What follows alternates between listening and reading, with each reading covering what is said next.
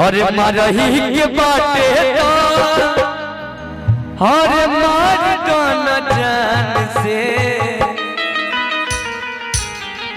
एगो लइकबा एगो लड़की से प्यार कैले बा, देखी एक तरफा प्यार बा का नंदनी जी, देखी का कहले लइकबा। दुख के बात ये है कि लइकबा के जब भी प्यार होता तो लड़की से होता। जी जी अरे मारही के बाटे तो मार दो न जान से। जिया जिया अरे मारही के बाटे तो मार दो न जान से। काहे के मुआ बेला नजरिया के बान से। काहे के मुआ बेला नजरिया के बान से। मारही के बाटे तो मार दो न जान से। मारही के बाटे तो मार दो न जान से। काहे के मुआ बेला नजरिया के बान से। काहे के मुआ बेला नजरिया के बान से।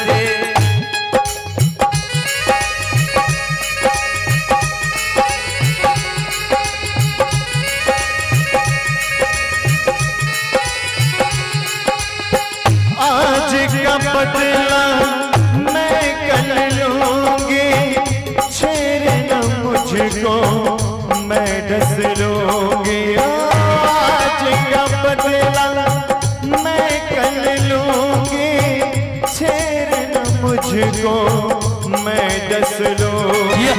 दिल में तेरी है कैसे लगे, कैसे लगे है कैसे लगे। मैं तेरी दुश्मन मैं नागन तू सपेरा,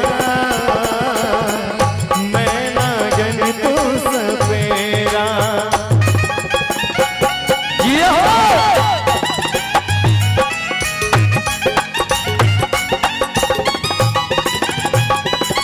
घर से निकले जब सच सवार के राम जी बनबलस लगे पूरा सवार के।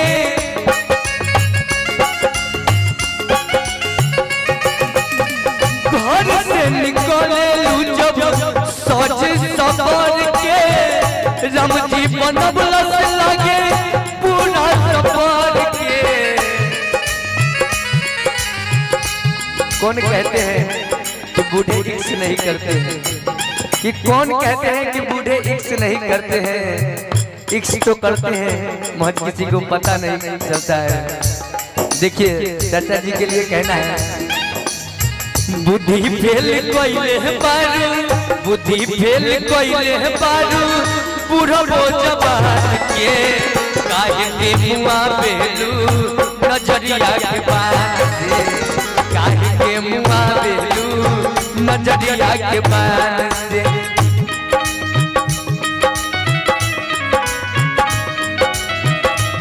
हमर अंग अंग गुलाब नियन खिलल बदनमा। सुनी सुनी भगवान जन होके दी, सुनी सुनी भगवान जन बिहान होके दी।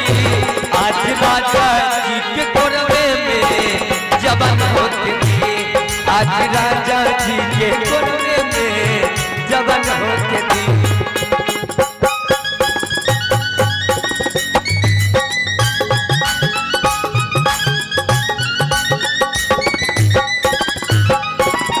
कोयल शर्मा जाई गोरी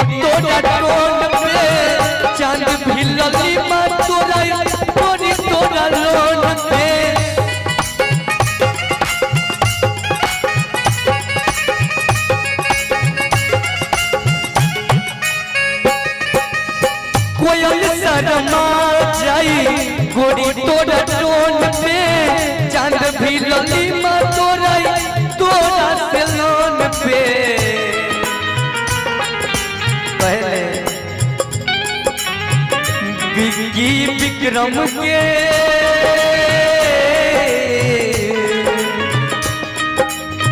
नंदनी जी